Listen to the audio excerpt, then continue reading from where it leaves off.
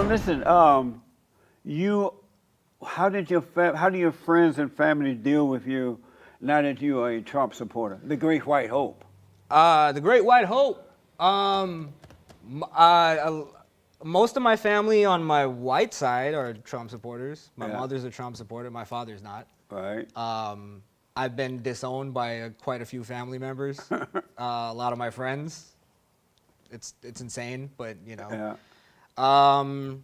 Yeah, I mean, YouTube is. I get death threats all the time on YouTube. It is what it is. I mean, So, do you feel white or you feel black? I identify as white. You identify as white? Yeah. Have you always identified as white? I don't know. I think it's all stupid. I don't.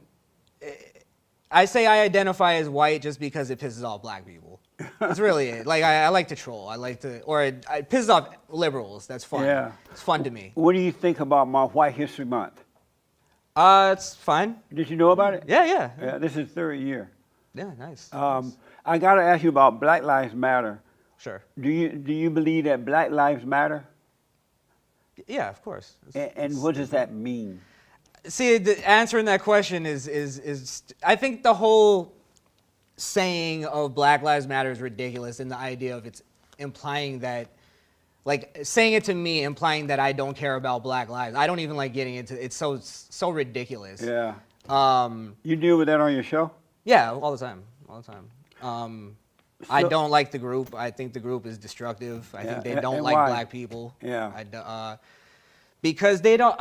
For instance, I just did a video on the 8-year-old girl that got killed in Chicago, and they got killed by Black Lives Matter protesters. So people accuse me of sticking up for the white man while defending this 8-year-old girl who got killed, and these are Black Lives Matter people, and they don't want to acknowledge that this girl got killed, and this is a black life that we lost. Yeah. Maybe even more valuable as opposed to the scumbag that killed her.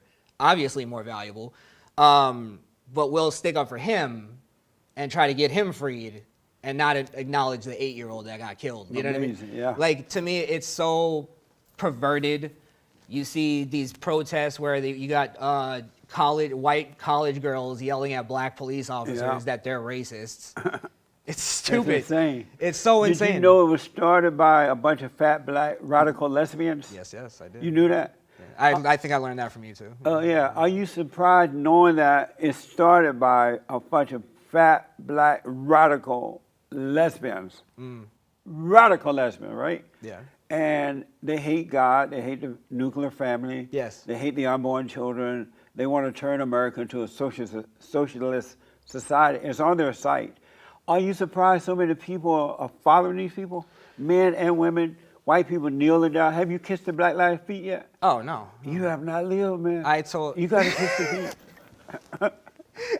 I'm not, I'm a racist apparently. Yeah. But no, are you surprised people are following them and white people kissing feet and washing feet and all that? I was initially, but I realized that I know why is because conservatives and Republicans suck at relating to people and getting their message across and making people realize that this message is actually better than that liberal message.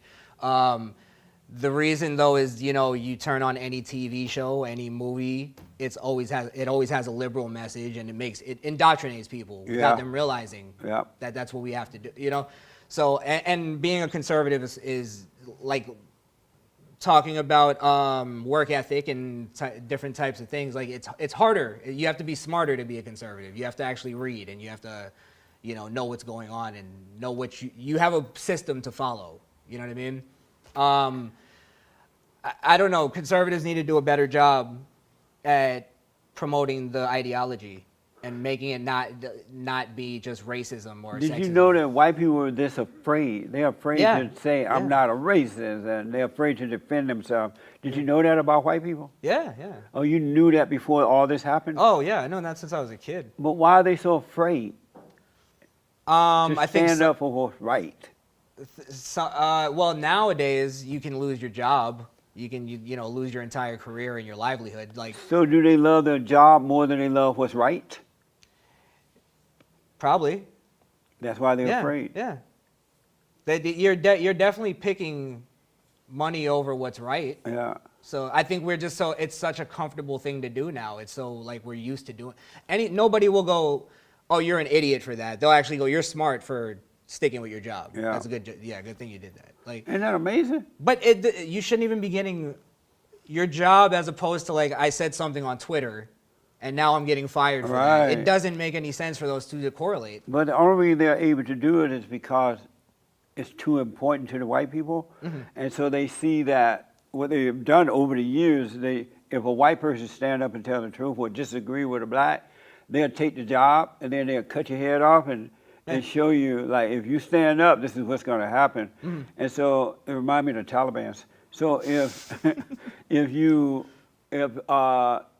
your job is more important, you're going to be afraid that if you speak up, they're going to take your job. Yeah. But if what's right is more important, they can't take that away from you, so you're not afraid to stand up. Well, it's like, are you, to ask the definitive question, are you willing to die for this? For what is right. For what is right? Absolutely. Yeah. That's what they have to, they have to love what's right with all their heart, so they might, along with nothing else, Right. then they wouldn't be afraid. Yeah. And then everybody will say that they'll die for the right thing, but most They people won't. Yeah, that's right. Yeah.